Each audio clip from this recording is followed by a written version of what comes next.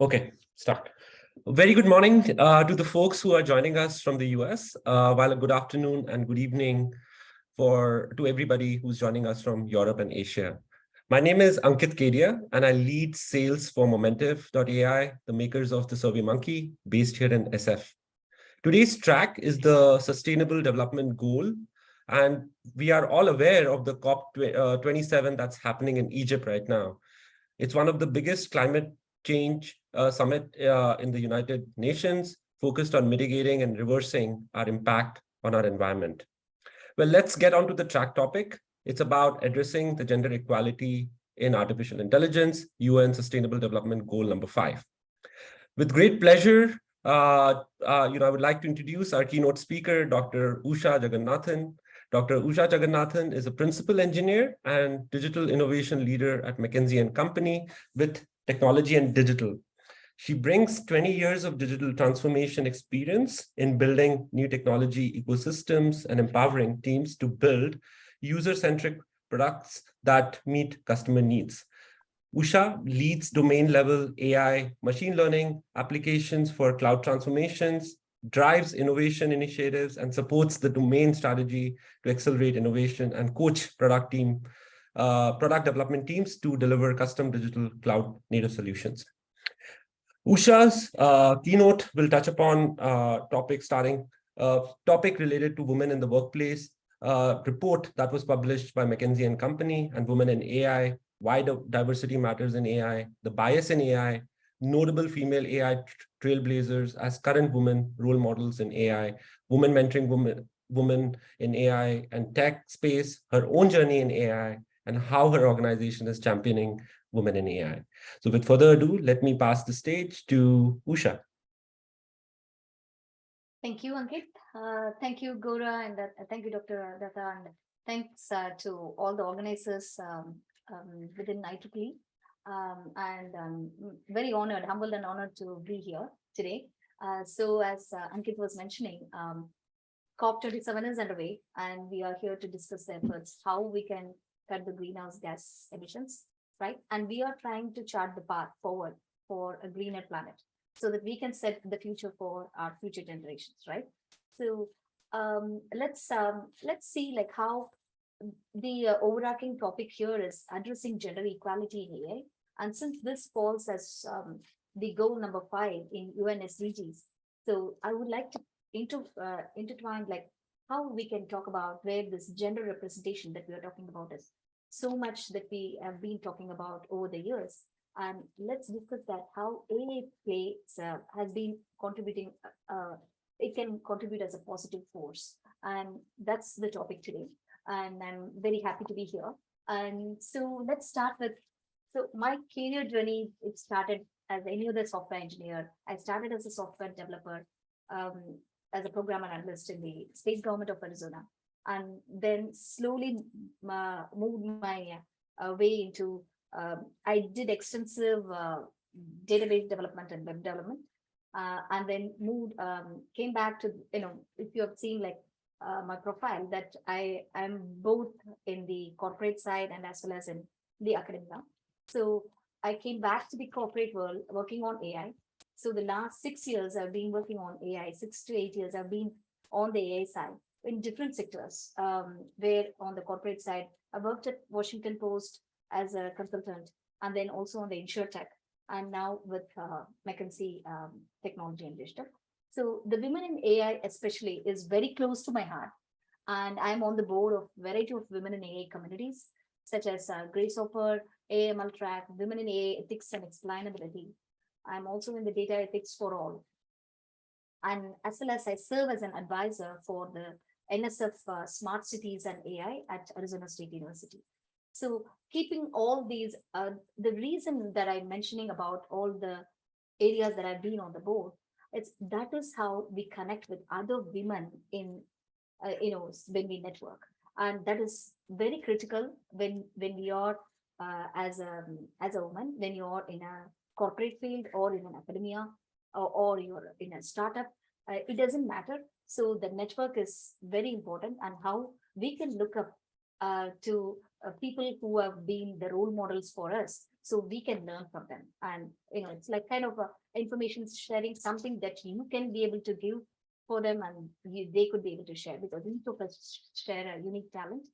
And that's pretty much about my career journey. And i'm I'm still, I would say, like, I'm so excited in how this AA can pave a way in mitigating the climate crisis. And that's why this is so close to my heart.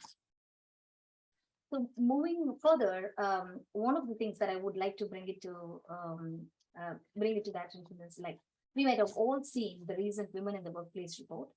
This is a study conducted by McKinsey for the consecutive 8 years.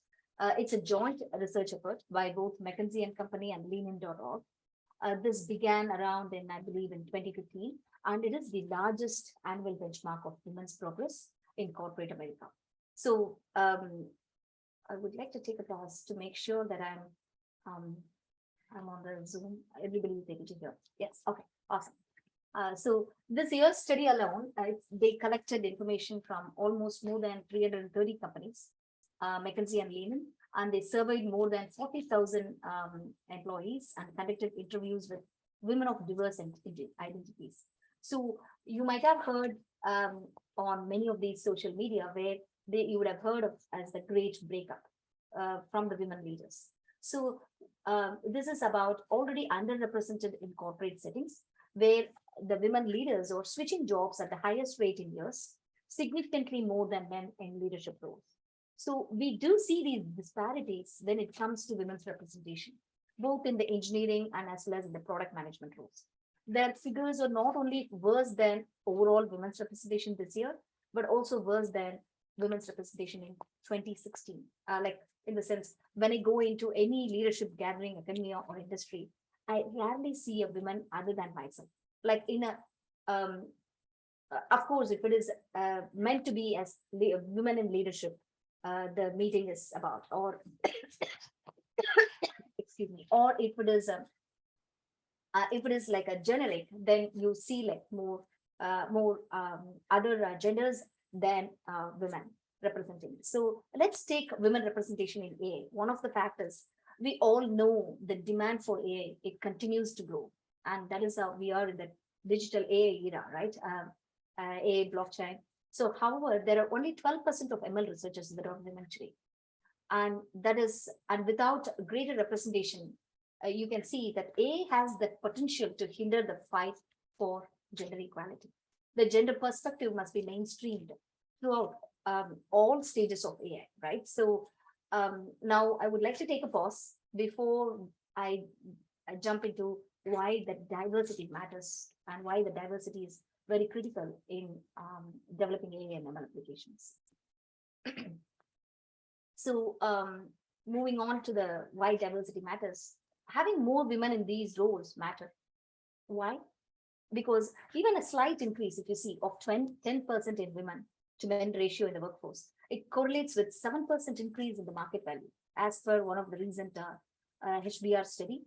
Having that diversity across the several criteria, it helps ensure a wide range of perspectives, and it brings rich experiences that can be incorporated into the YAML design and implementation of the entire AA system.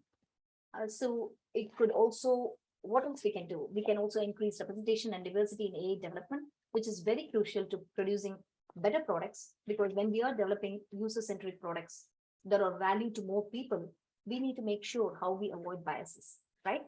And also increasing diversity in AI, which is crucial to delivering equitable outcomes. That is also one other thing that we also have to pay attention to. And as we talk about this diversity, the importance of gender representation is not only because it is the right thing for women. The absence of it, it creates, as you might have heard all day about, like, you might have been in different forums. You might have heard about decentralization. You might have heard about all the talks that have been happening on blockchain. And I'm not sure there was any topic that you have heard about bias and how to create fairness in AI. The fact that stunned me was a recent Gartner study that predicts that in this year alone, 2022, I'm talking about 85% of AI projects that may deliver erroneous outcomes owing to bias in data, algorithms, or the teams responsible for managing them. Why that is? Why that happens? The reason it is not because of error or a low quality data.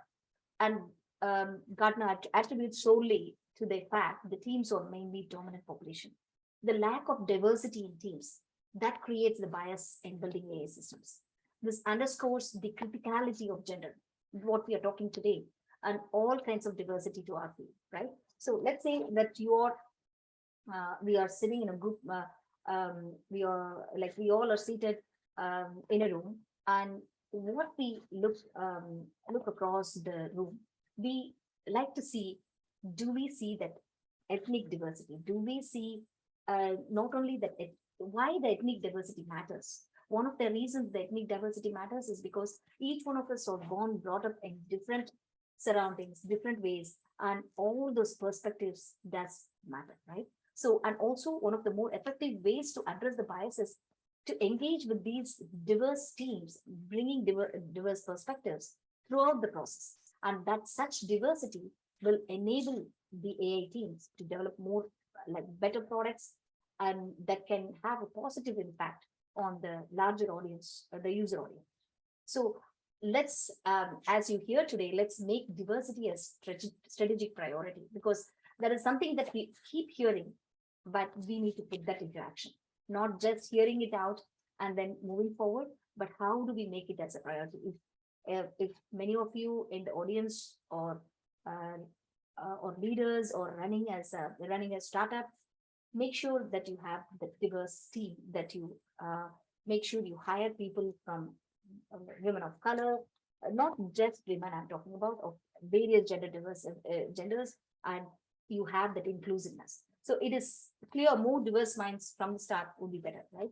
To solve this, we have to seek the support of our role models in AI today. How do we do that? So we talked about women in AI, right? We are talking about, but touched upon that bias, I touched upon the diversity. But definitely, if I have to move forward, like if you have children at home, the children look up to their parents as their role models, right? Or they go and seek upon or their teachers. Likewise, they have several role models within the community, right? Not only at home. So who are our role models, as you see in AI? So the way that I have solved this for myself is to seek out the women mentors in AI. Some of my women in AI role models that have helped to get inspiration in my career, or Dr. Fei Lee, who designed the ImageNet algorithm, Dr. K. Butterfield, Dr. Gebru, Dr. Bulam Vini, who did the coded bias, and Dr. Rama Tiraju.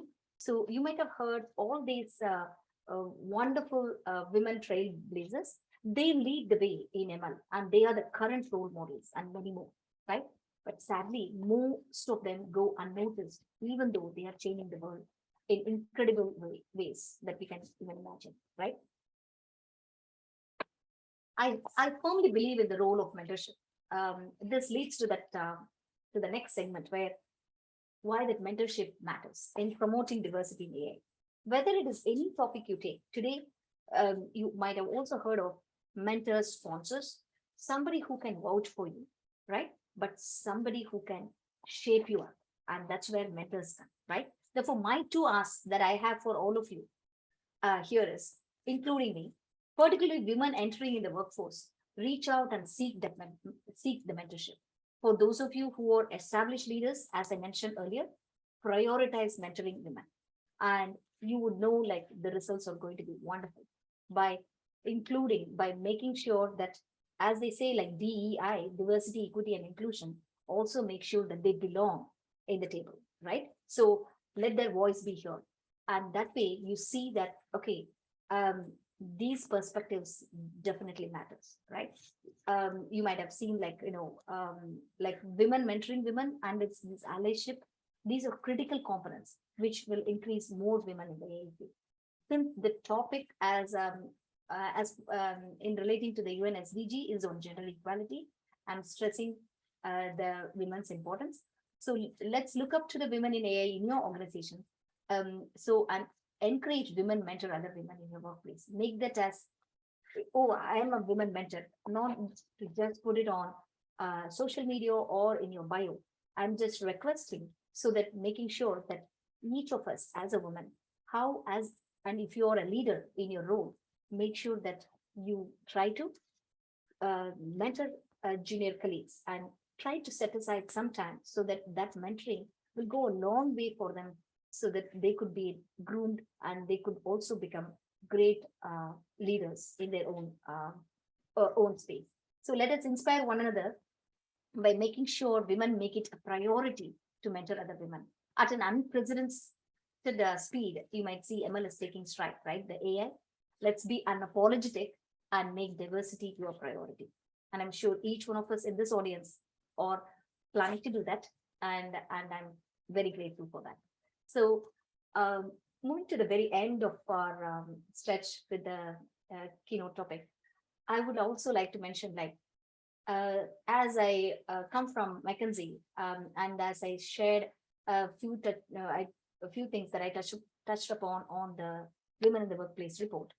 Also, I would like to say how my firm is championing women in AI, and also how we are leveraging AI. Let's take a look at what actually McKinsey does in the AI space.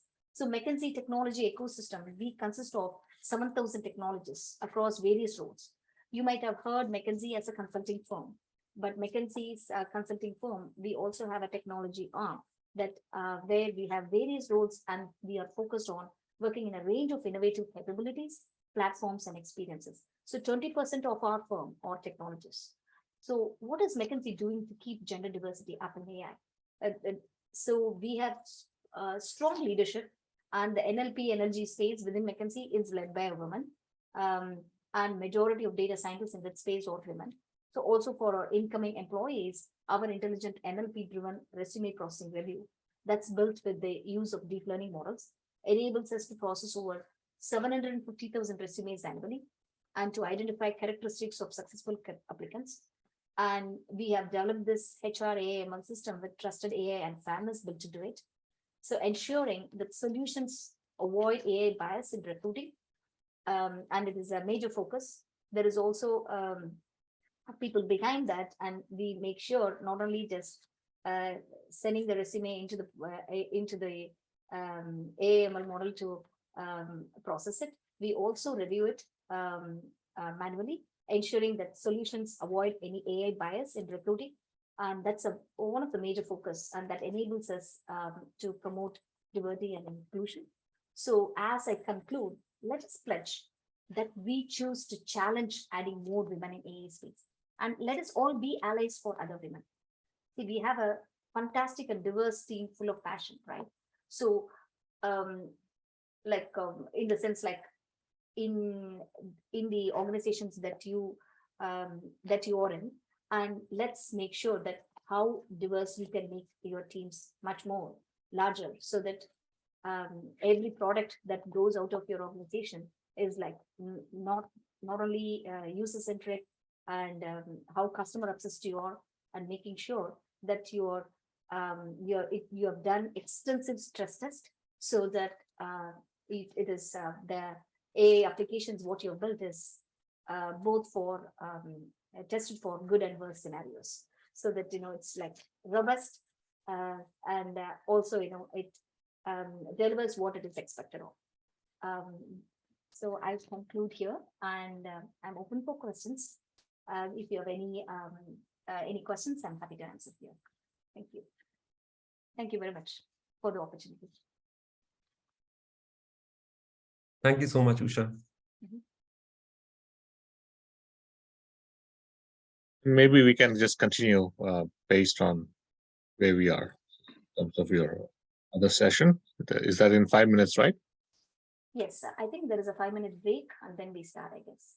Sure. So one question I may have for you, Usha, is: do you want to talk about some of the cost implications, because that sometimes gets not much discussed? Should I just stop the recording first? Yeah.